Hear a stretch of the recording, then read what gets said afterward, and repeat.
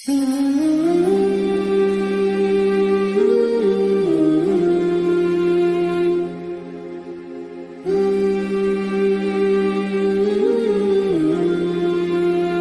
آپ کو آ کر اپنی بیٹی کو کیا نصیحت کی؟ بیٹی اگر تھک جاتی ہو کام کر کر کے، چکی چلا چلا کے، چھالے پڑ گئے ہاتھوں پر، پانی اٹھا کر کمر پر نیل پڑ گئے، تو بیٹی رات کو جب بستر پر سونے لگو تو 33 مرتبہ سبحان اللہ، 33 مرتبہ الحمدللہ، 33 مرتبہ اللہ اکبر.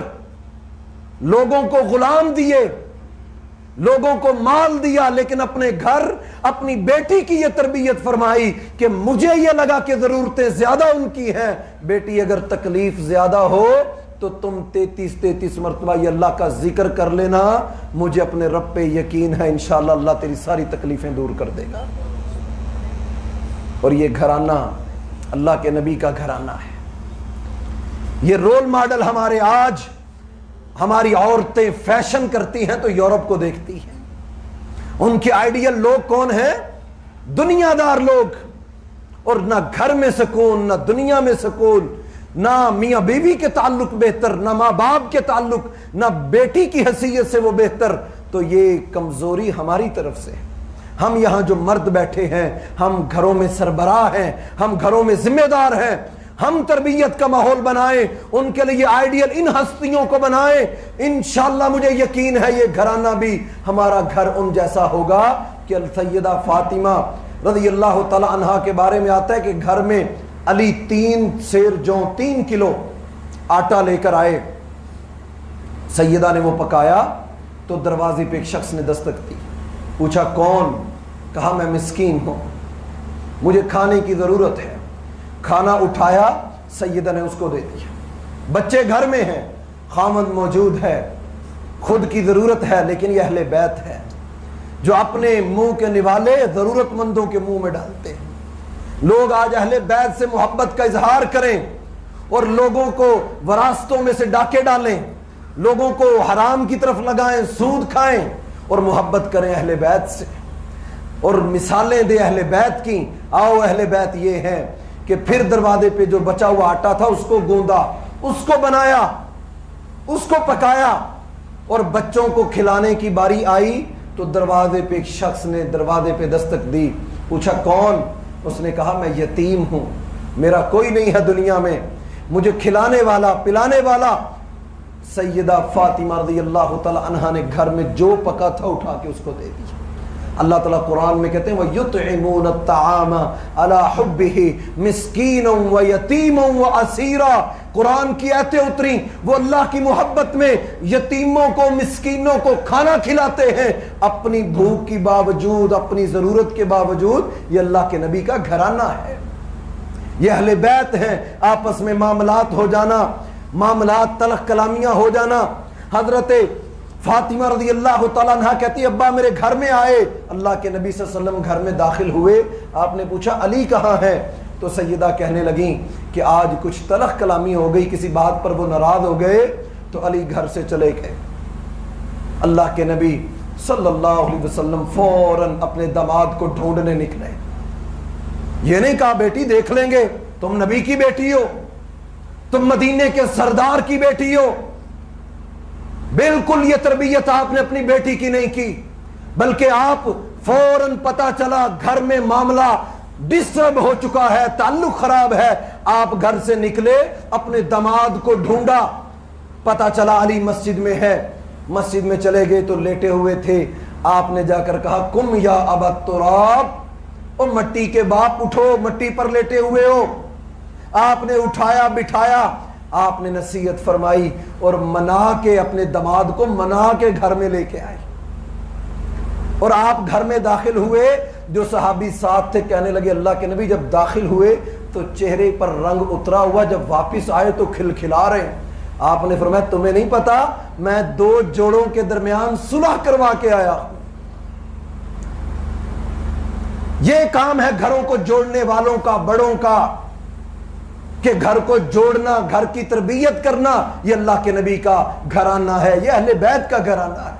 آج یہ میں آپ کو جو بات بتانے لگا ہوں، یہ 1 اگست، آج 11 اگست ہے، ان 10 دنوں میں لاہور کے فیملی کورٹ میں 500 عورتوں نے طلاق کے کیس دائر کیے، 500 عورتوں نے، کل کی اخبار میں یہ رپورٹ چھپی، 500 عورتوں نے طلاق کے کیس دائر کیے، ہمیں یہ خاوندوں کے ساتھ نہیں رہنا۔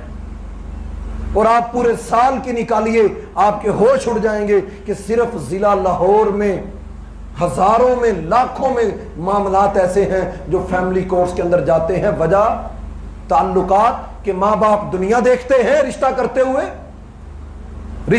ہوئے دنیا دیکھتے ہیں۔ وہ دنیا کس کام کی؟ نہ گھر میں سکون، نہ چین، نہ آرام، نہ دین دیکھا اس کا۔ مجھے اس عورت کی بات یاد آئی، میں نے پڑھی، وہ کتابوں میں موجود ہے۔ پاکستان سے وہ کسی باہر کے ملک میں چلے گئے، لیکن ماں باپ دیندار تھے، بیٹی کو وہاں بھی دین سے لگائے رکھا، دین پڑھاتے رہے، حدیث پڑھاتے رہے، قرآن بیٹی کو پڑھا دیا۔ جب رشتے کی باری آئی تو بیٹی سے مشورہ کیا، تو بیٹی نے کہا میرا خاوند میری اس سے ملاقات کرائیں، میں شادی سے پہلے اس سے ملاقات کرنا چاہتی ہوں۔ اب وہ لڑکا جو ڈاکٹر ہے، لاکھوں روپیہ کماتا ہے، جس نے یہ قصہ لکھا، وہ کہتا ہے میں لڑکے والوں کی طرف سے ملوانے کے لیے لے کر گیا کہ لڑکی ملنا چاہتی ہے کہ میرا ہونے والا خاوند، میں اس سے ملاقات کرنا چاہتی ہوں، مجھے علم ہو کہ وہ کون ہے، کیا کرتا ہے۔ کہتے دونوں جب بیٹھے، مجھے 110% یقین تھا کہ یہ رشتہ ہو جائے گا۔ کیوں؟ لڑکا کماتا بہت تھا، رشتے کا انکار کہتے مجھے یقین تھا، ڈاکٹر لڑکا ہے، انکار نہیں ہوگا۔ کہتے وہاں بیٹھے تو لڑکی نے 2 فارم نکال کے اس کے سامنے رکھے، یہ 2 پیپر، کہا ان کو فل کر دو، اگر میں ان کو دیکھوں گی، اگر میں مطمئن ہوئی تو تم سے ضرور نکاح کر لوں گی۔ تو کہنے لگا وہ فارم کیا تھا، اس پہلے ایک فارم پہ لکھا تھا نام کیا ہے، والد کا نام کیا ہے، گھر کے لوگ کتنے ہیں، جوائنٹ فیملی ہے، اکیلے رہتے ہو، خاندان کیا ہے، برادری، اپنے بارے میں پڑھے لکھے کتنا ہو۔ دوسرے پیج پہ دین کا علم کتنا ہے، حدیث کی کون سی کوئی کتاب کوئی پڑھی زندگی میں، میاں بیوی کے بارے میں کیا جانتے ہو، اسلام نے میاں کے بیوی کے بارے میں کیا ترجیحات، کیا چیزیں بتائی ہیں، خاوند کی کیا ذمہ داری ہے، بیوی کی کیا تمہیں علم ہے، تم شادی جیسا فیصلہ کر رہے ہو، 2 خاندانوں نے جڑنا ہے، کیا علم ہے تمہیں؟ جاؤ، میں چیلنج سے کہتا ہوں، کتنے لوگ ہم نے دیکھے نکاح کرتے ہیں، دنیا دیکھتے ہیں، مال دیکھتے ہیں، بعد میں سڑکوں پر رلتے پھرتے ہیں ہاتھوں میں کاغذ اٹھائے ہوئے کہ ہمارے فیصلے کر دو۔